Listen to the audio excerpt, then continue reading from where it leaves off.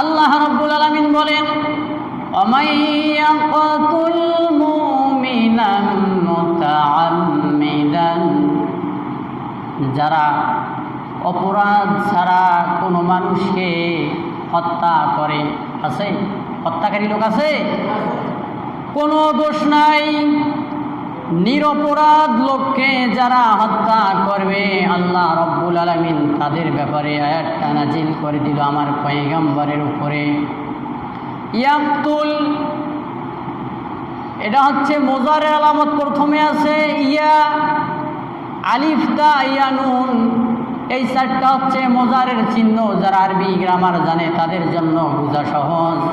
মোজারের আলামত যদি কোনো হরফের সামনে আসে, কোনো কালিমার প্রথমে আসে, তাহলে এই শব্দটার অর্থ হচ্ছে আমার রাসূলের জমানায় কোরআনে কারিম অবতীর্ণ হয়েছে। এই কোরআন দুনিয়া যতদিন আছে, কোরআন ততদিন থাকবে, ততদিন পর্যন্ত এই কাজগুলো যারা করবে তারাই হবে এই পাপের অধিকারী, আর এই কাজটা হবে। এজন্য আমার আল্লাহ এখানে মোজারের আলামত দিয়েছে, ওয়ামাইয়াকুতুল মুমিনান মুতাআম্মিদান। আল্লাহ রাব্বুল আলামিন বলেন, কোনো দোষ নাই, নির্দোষ মানুষকে যারা মারবে, মুতাআম্মিদান ফাজাযাউহু জাহান্নাম খালিদা, এই লোকগুলোর জন্য আমি আল্লাহ রাব্বুল আলামিন জাহান্নাম খালিদিনা ফিহা, শুধু জাহান্নাম বললেই হতো, তারপর বলা হয়েছে খালিদিনা ফিহা, এই লোকগুলো জাহান্নামে প্রবেশ করবে, বের হওয়ার কোনো সুযোগ নাই। কাদের জন্য সুযোগ নাই? যারা নির্দোষ মানুষদেরকে অর্ডার দিয়ে হত্যা করে বা নিজের হাত দিয়ে হত্যা করবে, এই লোকগুলোর জন্য জাহান্নাম থেকে বের হওয়ার কোনো সুযোগ নাই।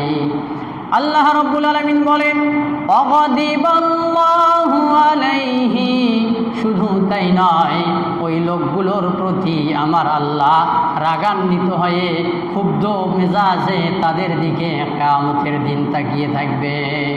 ওয়ালাআনাহু ওয়াআদ্দা লাহু আযাবান আযীম।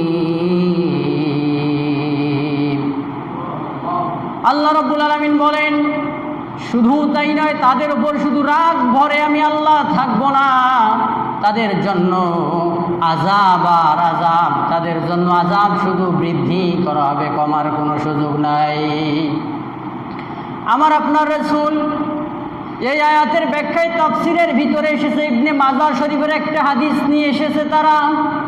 তাফসীর বিশারদগণ বর্ণনা করেন, পয়গম্বরে আরবি সাল্লাল্লাহু আলাইহি ওয়াসাল্লাম বলেন, কিয়ামতের দিন হত্যাকারী ব্যক্তি, যে ব্যক্তি আর একজন ব্যক্তিকে হত্যা করেছে, আক্রমণাত্মকভাবে রাগে রাগান্বিত হয়ে ক্ষোভে ক্ষুব্ধ হয়ে হত্যা করেছে, যে লোকটাকে হত্যা করা হয়েছে আর হত্যাকৃত লোকটা কিয়ামতের ময়দানে উঠবে কি উঠবে না? কিয়ামতের ময়দানে আমি হুজুর উঠবো, আপনারা মুসল্লি উঠবেন না?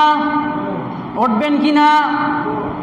আমরা সকলে সেই দিন উঠবো। হত্যাকৃত লোকটা, যে লোকটা হত্যা হয়েছে মানুষের একটা কথার কারণে বা মানুষের চক্রান্ত ইশারার কারণে হত্যা হয়েছে, এই লোকটা, যে লোকটা দুনিয়ার জমিনে হত্যা করেছে, তার গলা টেনে ধরবে, ধরে আমার আল্লাহর দরবারে নিয়ে যাবে, আর মালিককে ডাক দিয়ে বলবে, রব্বুল আলামিন, ও দয়াল আল্লাহ, দুনিয়ার জমিনে কোনো অপরাধ আমার ছিল না, ও আল্লাহ, জানি না কেন এই জালেমেরা আমারে হত্যা করেছে, আজকে তোমার দরবারে বিচার দিলাম, বিচার চাই।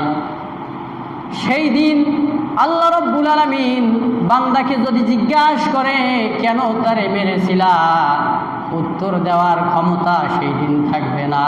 আর আল্লাহ রাব্বুল আলামিন বলেন, এদের জন্য জাহান্নাম আমি আল্লাহ রেডি করে রেখেছি, যারা কিয়ামত অবধি, কিয়ামত পর্যন্ত, বিচার দিন পর্যন্ত জাহান্নামে থাকবে।